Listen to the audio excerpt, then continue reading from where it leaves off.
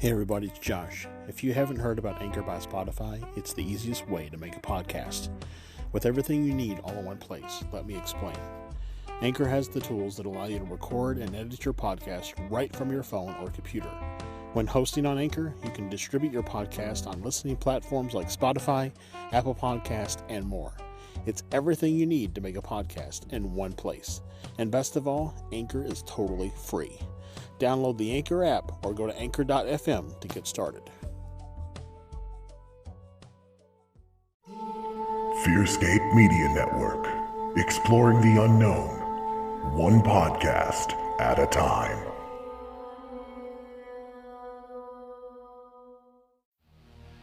Hello, dear friends. I'm your headmister, Lord Stephen Gearhart. And I am your co-mister, the man with no name, Lance Wayne. And together we are the Misters of let's try it again. The Misters of the Lance! The Misters of the Dark! Oh, shut up! Whatever. Join us wherever you stream your favorite podcasts or go to mistersofthedark.com, where we'll be discussing all things horror, from films and books to everything in betweensies. We also have the occasional victim. I mean, guest. Only on the Fearscape Media Network. Shut up, Lance! I always get the last laugh.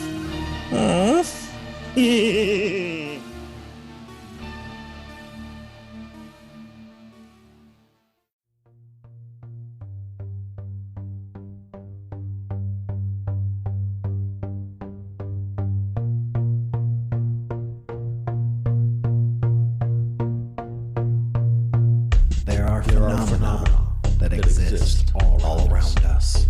Kids playing above something unknown flies over and disappears. People driving at night, seeing huge creatures cross the road. People waking up to find their cabinet doors ripped open in their kitchen. Strange things happen every day around the world and seemingly at the same time and area. But are these occurrences connected? This is what we are here to explore and are trying to understand. Join us on our journey to uncover what we call the Convergence Enigma.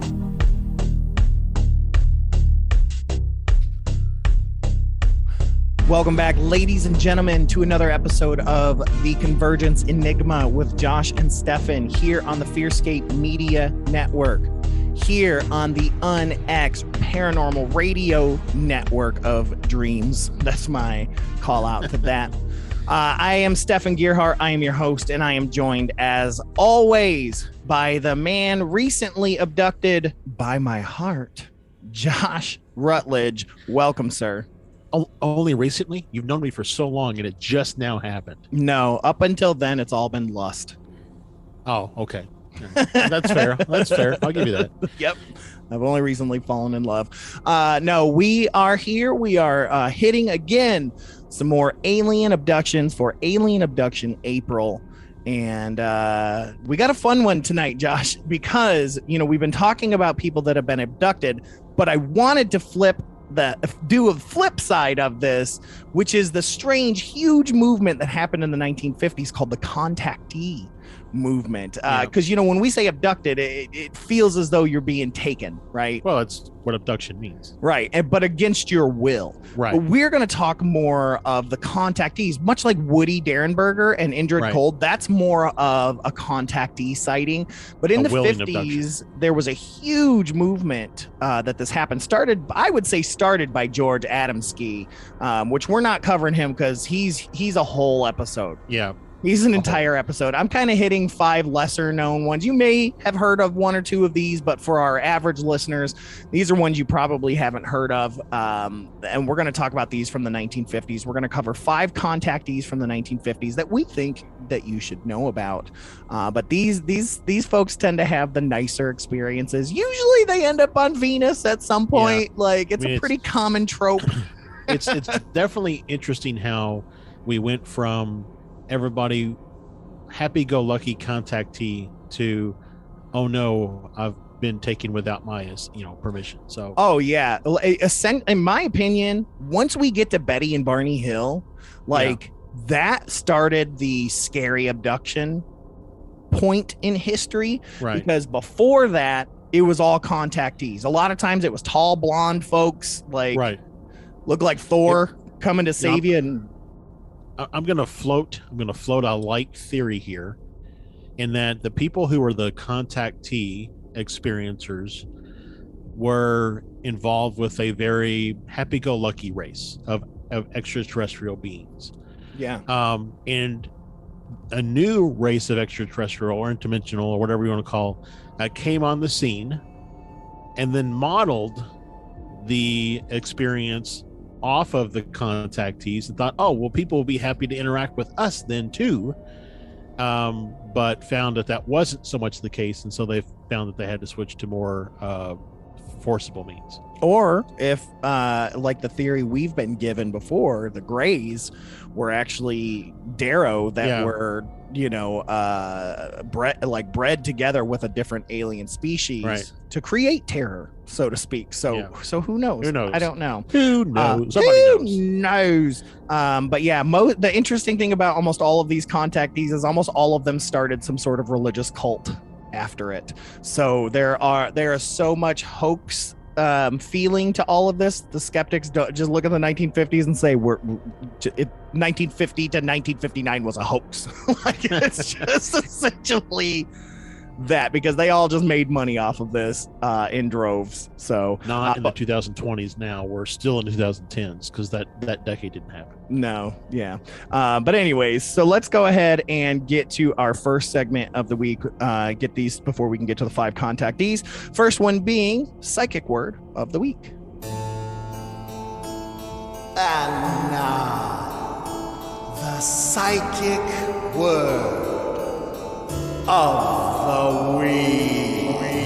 All right, Josh, Psychic Word of the Week, as usual, comes from the Encyclopedic Psychic Dictionary from June G. Bletzer, PhD, written in the 1980s. Miss you, honey bear. I flipped through the pages. I landed on page 691. It's the only page that has the letter X. And I looked down, and the word that I see is xenoglossia. Xenoglossia. So this here has 3 definitions, or 2. It says the first one says to spontaneously utter a language that is foreign to oneself during a charismatic, religious, or evangelistic meeting occurs when the individual is in an emotional state. There are some theories here. The first theory is individual is in a light trance state, and the foreign utterance is from the subliminal level of the subconscious mind. B, medieval is a sign that a demon is present.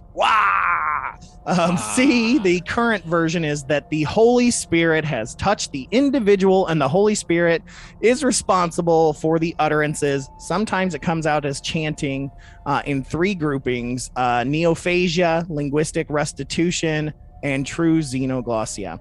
So it's interesting that in medieval times, speaking in tongues was the devil's work, and in modern times, it is the Lord's work. Hallelujah. So ridiculous, dude. Well, different interpretation, I guess.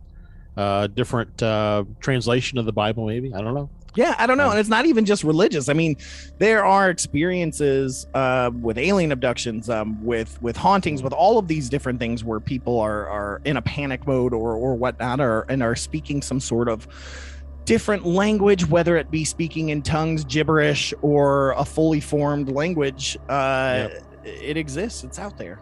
It's actually Atlantean. It's Atlantean. It's all Atlantean. It's still in our subconscious, and so when we are freaking out, we just slip back into Atlantean speaking. That's what it is. So that's all Atlantean, but that's all Lemurian. Lemurian, yeah, you could definitely hear the distinct differences there. And Mooese just is moo. Ease. That's so dumb. I'm sorry, listeners. That's what you're getting here on the Convergence Enigma with Josh and Stefan. But it does. So again, just to push the narrative of the Convergence Enigma, this does exist in many different paranormal situations, not just religious or occult ones. So it's very, very interesting. Thank you, Junji Blitzer. All right, Josh, let's go ahead and move on to our final segment, which is UAP sighting of the week.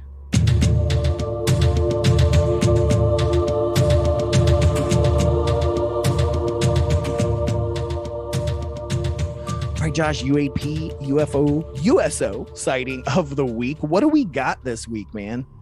Yeah, so since we're going to be talking about a lot of contactees in the 1950s, I went and pulled a report that actually Ooh, I thought you were going to say you pulled a hammy. No. I pulled a report that occurred in the 1950s. And it happened in Norridge Walk, Maine. Interesting name of a town there. And it happened in September of 1952.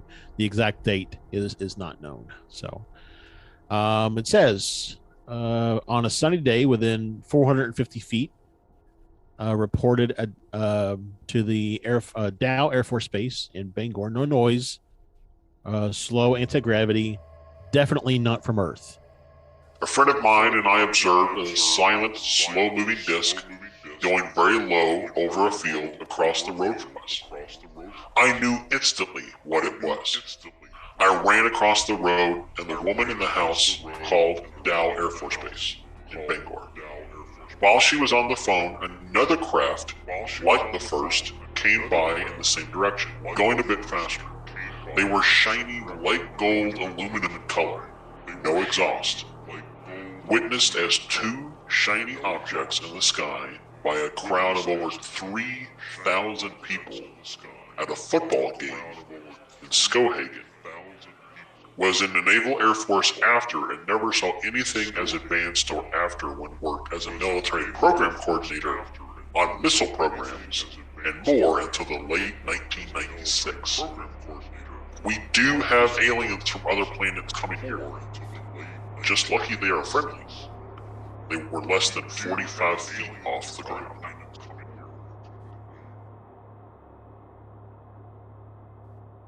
This man had a call to action. Yeah. He said, get ready. Yeah. Get ready. Change is coming. Isn't that the song says? Yeah. So. Change is going to come. Now, did he imply that 3,000 people watching a football game saw this? He implied that there was a football game nearby where 3,000 people were in attendance and so therefore could have seen it. Okay. That makes a little more sense. But it's interesting here that he talks about how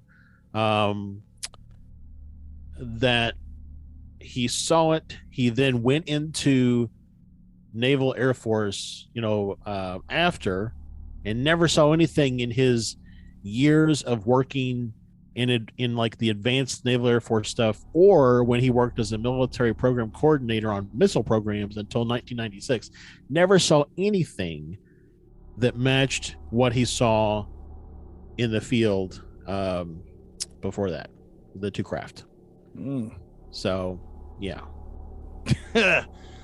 Shoo-wee, deputy dog. Shoo-wee, deputy dog. Insane. What year was that again, Josh? I apologize. That was 1952, which is also the same year that the craft flew over DC.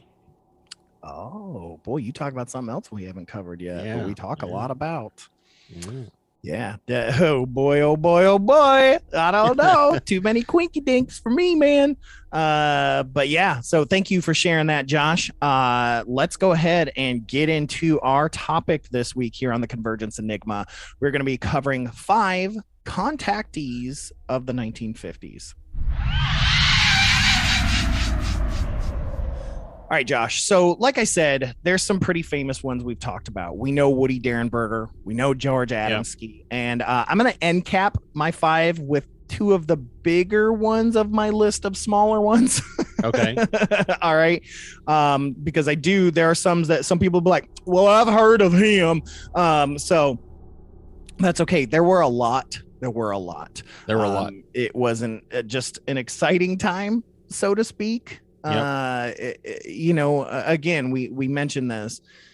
This was just a time that, like, it's like everybody was open to it. So you've got already the Shaver mystery stuff had already happened. You got people that are into that. Roswell happened. You've got George Adamski's story. You've got all these other things. It's making headlines like crazy. That's the big thing. Is that everybody is taking advantage of this for better or for worse. Hundreds of books came out during this time. I mean, you got all Valiant Thor stuff coming out, magazines across the world. There is even like artifacts that are out there that are just obviously made in somebody's garage. But this time in our UFO history is a wonderful history of crackpots, cultists, and con men operating with a nakedness and simplicity that wouldn't get the money in the US today. This was happening, but in the mix of all this, I think may have been some truth. Who knows? I don't know.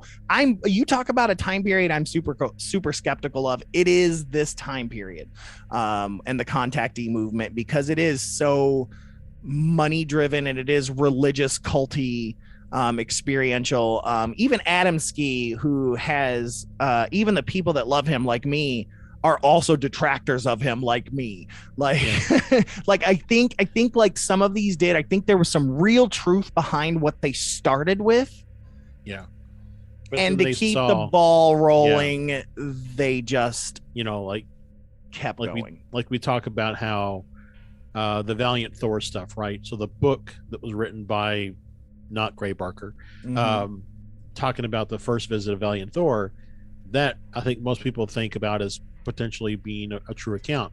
Every book written by Valiant Thor going forward where most people are pretty sure were written by Gray Barker. So we've talked about, we had Alan on the first time, we talked about how Gray and Mosley and those guys, they were just as much known for their hoaxes as they were for their books about the truth. So for example, we talk about my brain is dead at the moment, but the painter and big researcher that was into alien abduction theory around the time of John Mack and those guys. Oh my God, I feel stupid that my brain is dead.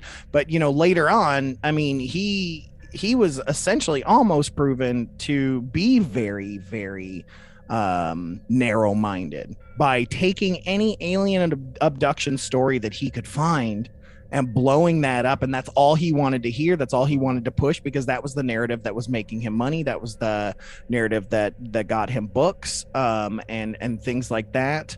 And it sucks because there is real stuff in the midst of all that, because people were bringing real things to him at the time, but he exploited so much of it that now to this day, he's just considered bunk. Was it Bud Hopkins? Is that who I'm thinking of?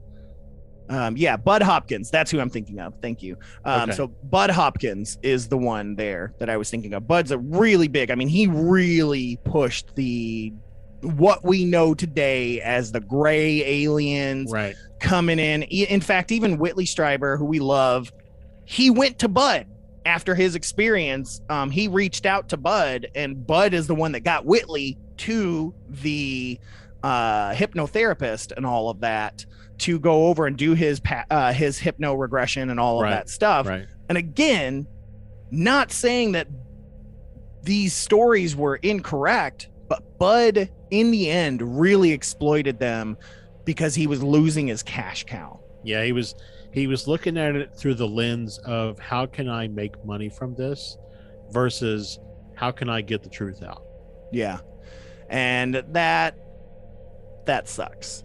Even Carl Sagan and Bud used to fight all the time on radio shows. Like it was a thing, because Bud was just showing up with no evidence. He was just doing 4th, 5th, 6th hand accounts. And they were making these things. And Carl, of course, was like, dude, we need more than this 4th, 5th, 6th hand account. Right. I got a friend of a friend whose uncle's friend was abducted by an alien, and it was exactly like you said in your 3rd book. Bud's also the one that pushed the implant theory as well, and things like that. So again, here's another person that I love and hate is Bud Hopkins. And he's got mixed followers in the community as well. So. Absolutely. So anywho, let's get cracking here. So the first one that the first contactee I'm gonna talk about, he's a little bit more well known. He was in the contactee biz for I think pretty much until he died in 1969, and this is Truman Bethurum. Truman Bethurum, he's one of the most well-known contactees of the 1950s, which again, contactees are individuals who claim to have spoken with people from other inhabited planets and entered or ridden in their spacecraft. Truman was born in California, and in the early 1950s, he was born in 1898, by the way. And in the early 1950s, he worked as a truck driver and a mechanic on a desert road building crew. He later became a self-proclaimed spiritual advisor. Hallelujah. In 1953, Truman first published magazine and newspaper accounts of being contacted on 11 separate occasions beginning in July of 1952 by the humanoid crew of a landed spaceship in the Mojave Desert, and repeatedly conversing with its beautiful and voluptuous female captain, Captain Aura Rains. This is where people get crusty, because this fits the whole amazing stories of the 1940s and pulp fiction and just all of that. This goes right into it with that. That's why a lot of people really dislike Truman. But the other part of Truman's is that yes, his day job was a mechanic, but what hurts him, which sucks because this goes the same for me because I do this as well. He moonlighted as a fortune teller, tarot reader, advisor, and metaphysical consultant before this happened. And so people are already like, you're already in the new age, you're already in the occult, and therefore, you are. It's interesting here that in today's community, I would say that people are more interested with people who have experiences, who have a scientific or military background. They're believed to be more trustworthy.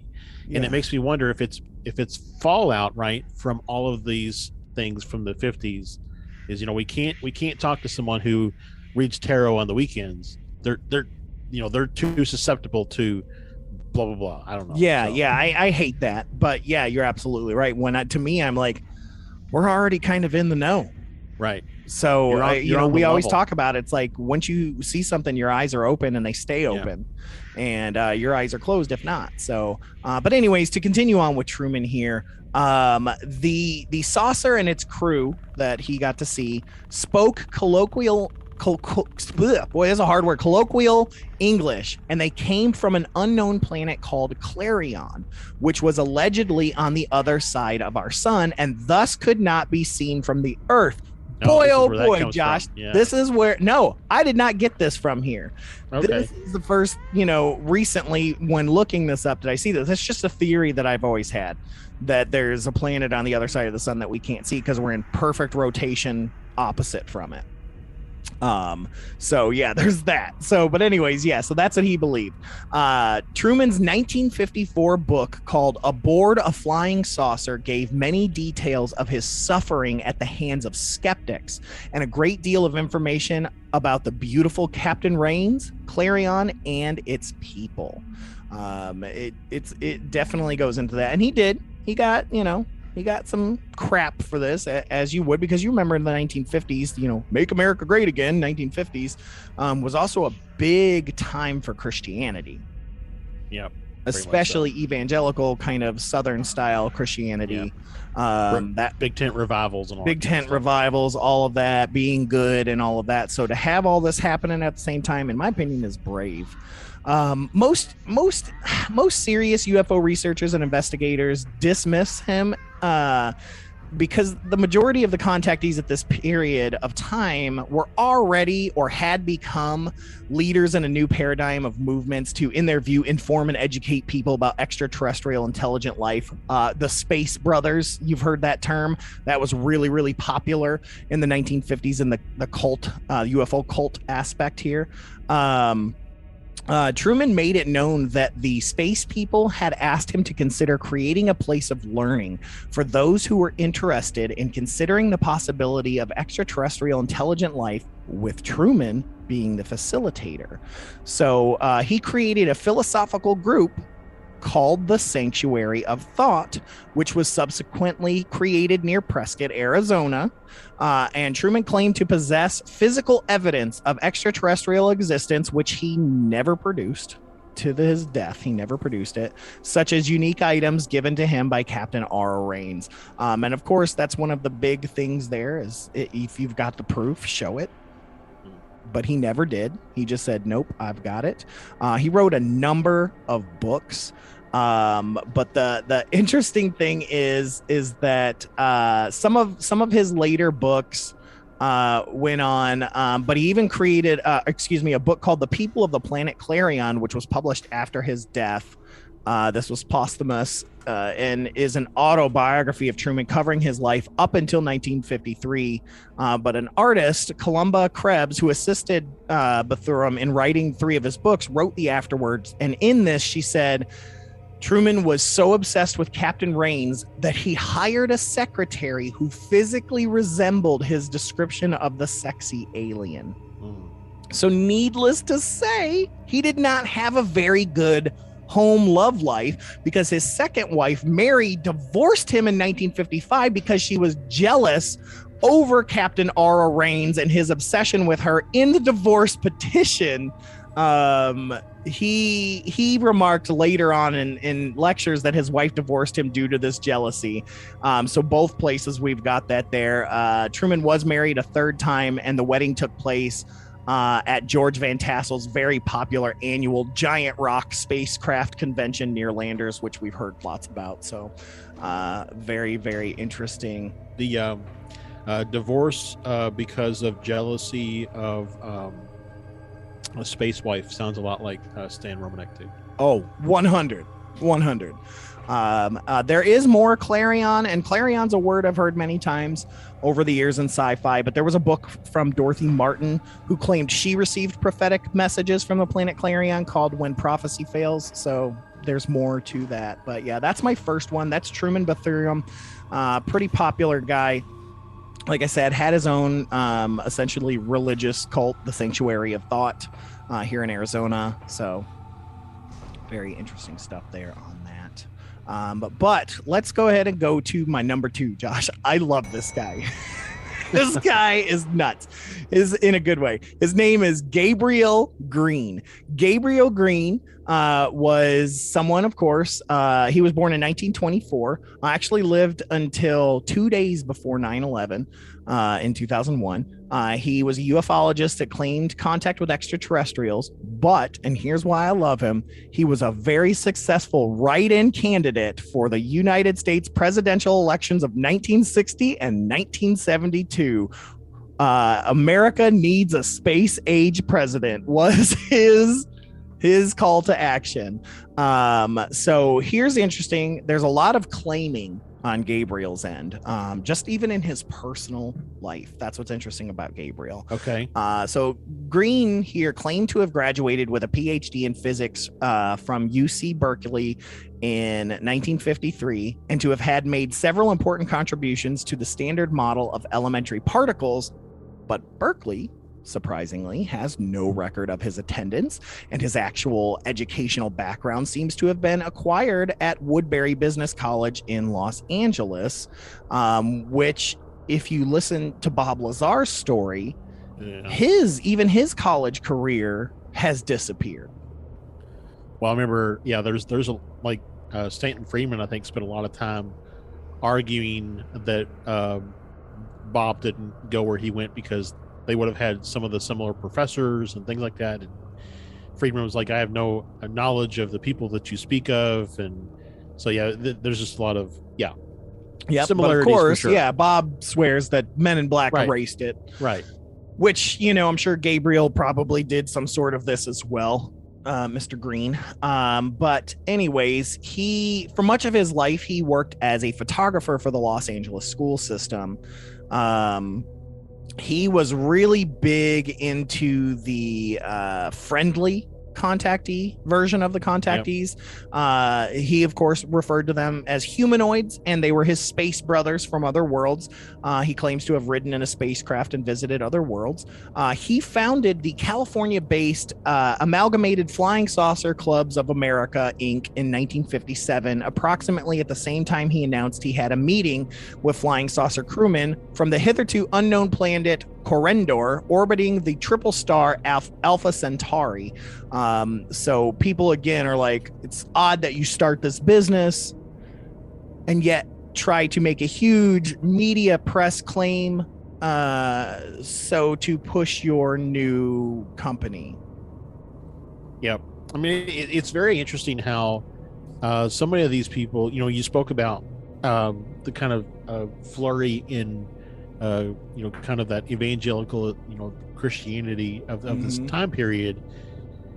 It's almost like the reverse happened, where people who didn't want to be a part of the evangelical thing didn't feel like they had a place to go. So these people popped up with their other places to be a part of that's not Christianity type thing. Right. He also claimed that Corendor is orbiting the star Corena. Like George Adamski, he said he was able to maintain continual telepathic links with the wise and helpful extraterrestrials he met. In 1960, like I said, he ran for president for the first time. And in this, he claimed to represent the Universal Flying Saucer Party, the UFSP. That was his party, and to base his political philosophy on the United World of Universal Economics. He also ran unsuccessfully for the United States Senate in 1962, claiming to have accumulated over 171,000 votes, but we don't have that because he was a write-in. We don't know. Right. In 1967, he published his only book called Let's Face the Facts About Flying Saucers. In 1972, he ran again for U.S. president, this time in Iowa, but he collected less than 200 votes this time. So like most, if not all of the 1950s contactees, Green was evidently far more interested in the New Age theosophical Madame Blavatsky topics such as reincarnation, channeling, spiritualism, and psychic phenomena than he was in being a prophet expounding wisdom supposedly acquired from his space brothers. Again, like most of the other contactees, he eventually dropped out of sight, moving to the vicinity of Yucca Valley, California, after his last run for president. Thereafter, little was heard from him again until his death in September 2001, in which they had started to, let's kind of re-bring him back up. Let's start to push these stories again. And then 9/11 happened, and it kind of got thrown under the rug again. Yeah. So very, very interesting. You can actually find old newspaper advertisements with his advertisements for running for president. It's just fascinating. Like I said, it says America needs a space age president. It's just absolutely phenomenal. I just love it. He's got a winning smile. Like he's something else, man. Gabriel Green. Love you, brother. All right. So to get to my next one, I want to move on to a female one because they were actually kind of rare.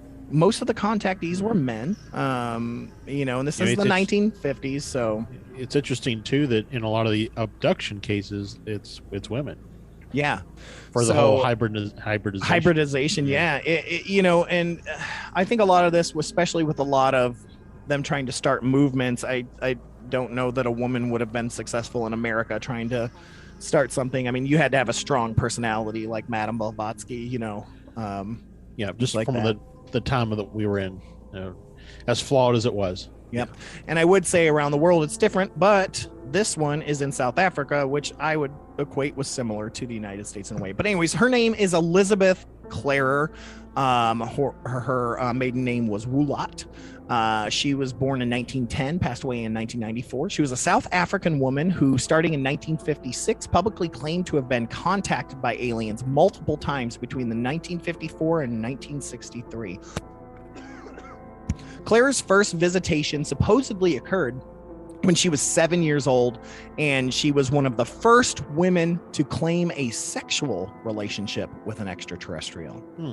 Yeah. She promoted an ideal of a better world and beliefs in a cosmic consciousness. In her book, Beyond the Light Barrier, she strived to convey a message of peace, love, and understanding, and environmentalism, which she credited to the superior wisdom of an advanced and immaculately utopian Venusian civilization. She promoted conspiracy theories of international cover-ups that kept vital information from the public, and claimed to have been threatened with abduction to press her into revealing details about alien technology. And to note, the abduction was from the American government, or well, not American government, but from the government, not necessarily the utopian Venusians. Well, you remember that case? I don't remember exactly when it happened. I think it was like later in the 60s or 70s, but that case that happened in Johannesburg, South Africa, that John Mack investigated. Yeah. It's interesting there that, that again, that's something happening there in South Africa. So, yeah. So she grew up in Mooi River in Natal. Here her father was a successful farmer and things like that. And it was here at this farm at the age of 7 that Elizabeth and her older sister Barbara had their first supposed UFO encounter. While feeding the animals outside of the farmhouse, Elizabeth and her sister claimed that they witnessed a silver disc bathed in a pearly luster, which swooped over them. Simultaneously, a giant orange, red, and cratered planetoid was observed orbiting and rotating high in the atmosphere. The disc rushed to meet it, pacing and guiding it northward, while the planetoid left a smoke trail in its wake. Only months later did she have another sighting in the company of Ladam, their Zulu farm manager.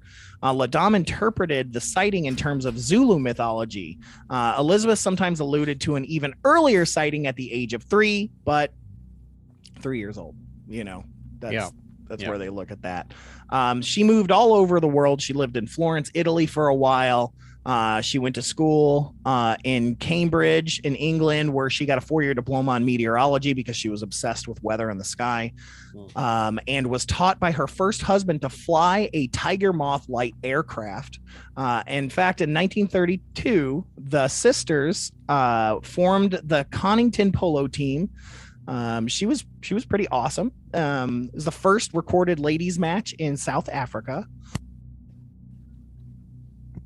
And then during 1937, on a flight from Durban to Baragwanath in a Leopard Moth aircraft, she and her husband reportedly saw a flying saucer that approached, coasted along, and then departed from them. And even during World War II, she held a responsible position in the Royal Air Force Intelligence. She believed in her telepathic powers and tried to enhance these abilities all the way through her youth. She goes on and on and on. But her big story is Flying Saucer Hill. This is the big one. So in 1954, her sister May, then resident on the farm where they were at, relayed to her that the native Zulu people were reporting appearances of the lightning bird in the sky.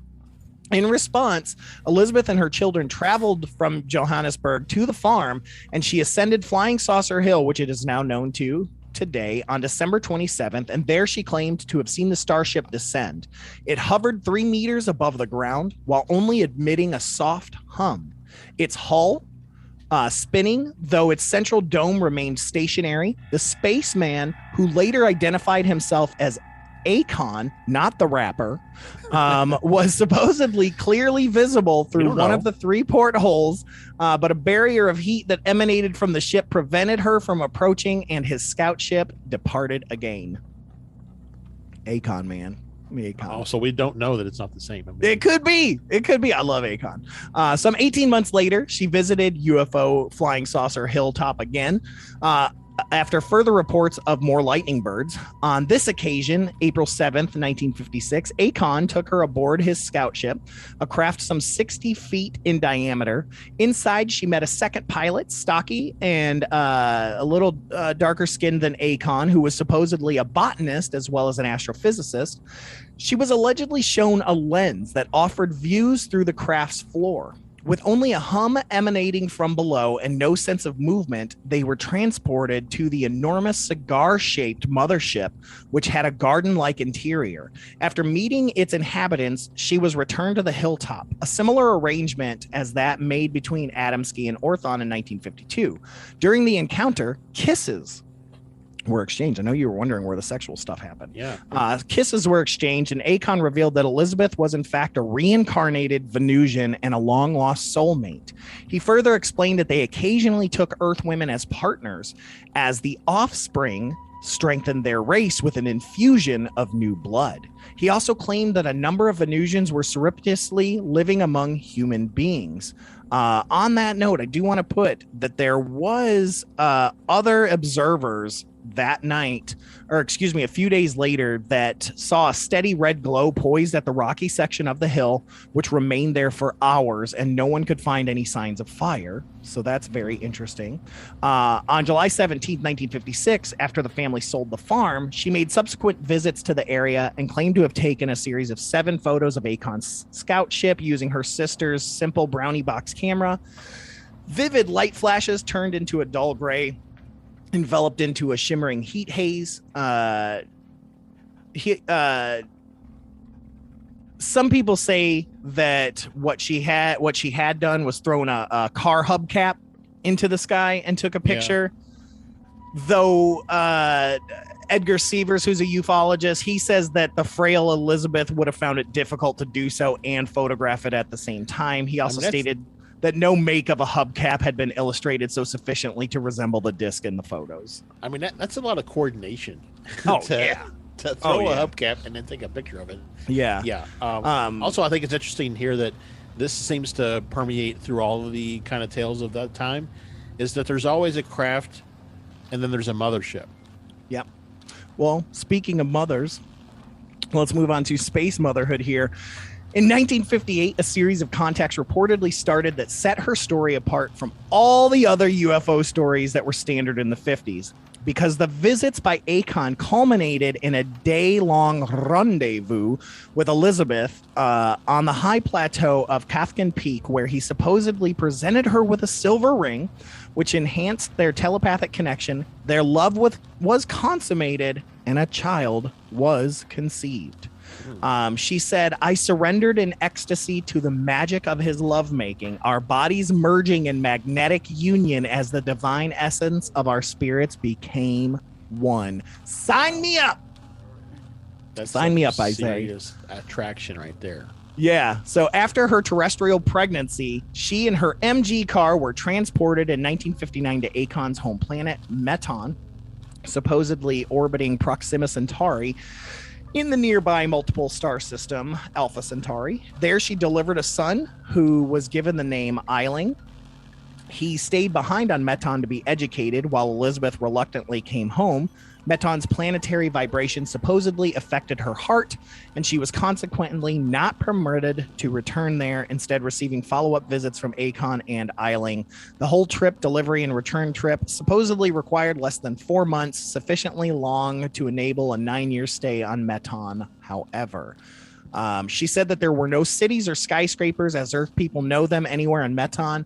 Homes were scattered in park-like grounds. There was an abundance of all things needed by civilization: food, water, all materials for building, and an unlimited supply of energy on tap from the atmosphere in the universe. No shortages of any kind, and no monetary system as all.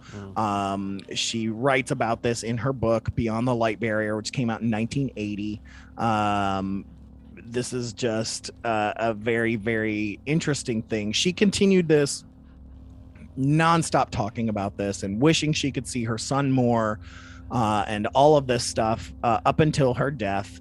Elizabeth faithfully commemorated the April 7th anniversary of her union with Akon by returning to Flying Saucer Hill. On occasion, she befriended South African Air Force helicopter pilots who sought shelter on the farm during a storm.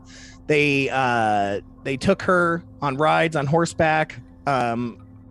And they took her on rides, in the helicopters when her rides on horseback became too difficult. Her third husband died in 81 and his ashes were strewn on the hill, but she died of breast cancer at the age of 84, leaving her second book, The Gravity File, unfinished. The book supposedly fills in the gaps of the first, besides elucidating the military and political aspects of the UFO research and explaining Akon's electrogravity propulsion technology. Before her death, she related to acquaintances that her son was now an astrophysicist who was crisscrossing the universe with his father and his space woman, Clea, and their son. I think it's so the first a couple accounts and the names in this one, there's a lot of use of C words. There's Clarion, there's Calderon, there's Cleo, there's Akon. Like there's very kind of sounds there. Klingon. I got you. She was, I just wanted to put this out there. She was in Mensa. She was in the Mensa chapter of Johannesburg. I mean, she was legit, dude. Though they did not like the fact that these were her claims and they heckled her all the time. So she lived a pretty difficult life, that's for sure. She does supposedly did give at the United Nations evidence of her ring, a space rock crystal, and a fern from Meton, but there's no proof of it existing. So what you're telling me is that contactees of the 50s are as to OnlyFans people of today. Yeah, pretty much. Anyways, moving on. That was a long one, but man, it's a good one. So the next one I've got, our penultimate one here, is Orpheel Angelucci. And this guy is very little known, but he's something else, man. Let me tell you. Orpheo Matthew Angelucci, born in 1912, was one of the most unusual contactees of the 1950s. He claimed that he suffered from poor health and extreme nervousness for most of his life and eventually moved for health-related reasons from Trenton, New Jersey to California in 1948, where he took a job on the assembly line at Lockheed Aircraft Plant in Burbank. Another contactee, George Van Tassel, was also employed there at the time, not covering Van Tassel, but anyways, in his books, Orpheo says he was particularly terrified of thunderstorms and was attracted to California because he had heard that thunderstorms were rare there. Angelucci wrote the first version of his theories of matter, energy, and life, called The Nature of Infinite Entities in 1952, based on research done earlier in Trenton, including the launching of a giant cluster of weather balloons. According to Angelucci in his book, The Secret of the Saucers in 1955, he first encountered flying saucers and their friendly, human-appealing pilots, aka Space Brothers, during his drives home from the aircraft plant during the summer of 1952. These superhuman space people were handsome, often transparent and highly spiritual. Eventually, Angelucci was taken in an unmanned saucer to Earth orbit, where he saw a giant mothership drift past a porthole. He also described having experienced missing time episodes and eventually remembered living for a week in the body of one of his space brothers of Neptune in a more evolved society on the largest asteroid, the remains of a destroyed planet, while his usual body wandered around the aircraft plant in a daze. In his later book, The Son of the Sun, and that's S-O-N of the S-U-N, Angelucci related an account that he claimed he had been told by the medical doctor calling himself Adam, whose experiences were similar to his own. He published several pamphlets on space brotherly themes, and so on and so forth. What's interesting about him is that his story was ahead of its time, because his space brothers existed in higher dimensions, so that on our plane they are insubstantial and transparent, and that they and their vehicles can appear and disappear at will, a feature that did not become standard until the dreamlike UFO abduction tales of the 1990s. So this here was in the 1950s. He also talks about swapping minds with his space brothers, which we talked about on on that asteroid. But he also reports not only routine visits with the Space Brothers, such as Neptune, Orion, and Lyra, but also with Jesus Christ himself, whose pep talks reported are indistinguishable from those of the space people. In fact, Angelucci is pretty much the first 1950s contactee to use the term New Age repeatedly. So it also reminds me of it's not Smorgasbord, but Sporborg and whatever in the 1800s or whatever, the guy that left his body and discovered Space Jesus. Oh yeah, the guy that was in prison. Is that what you're talking about? No, he wasn't in prison. I can't remember. But there's even technically still denominations of churches that are out there. The theologian knows, we talked about him quite a bit because he was friends with one of the guys that started the method, Calvin. I think it was Calvin. Okay. He was friends with him. So very interesting. But yeah, Orpheel Angelucci. Thank you, sir. So getting to my final one here is my favorite. And I was introduced to this guy from John E.L. Tenney. But this is the other big one. So I said we're going to end cap with the big ones. And this is Buck Nelson. I love Buck Nelson, man. Yeah. Buck Nelson is the hee-haw of contactees of the 1950s, man. He's just a good old boy. He was born 1895. Yeah, he was just an old dude, died in 1982. He was a American farmer in the Ozarks who claimed to have had an encounter with an unidentified flying object and its human crew in 1954 while living in Missouri.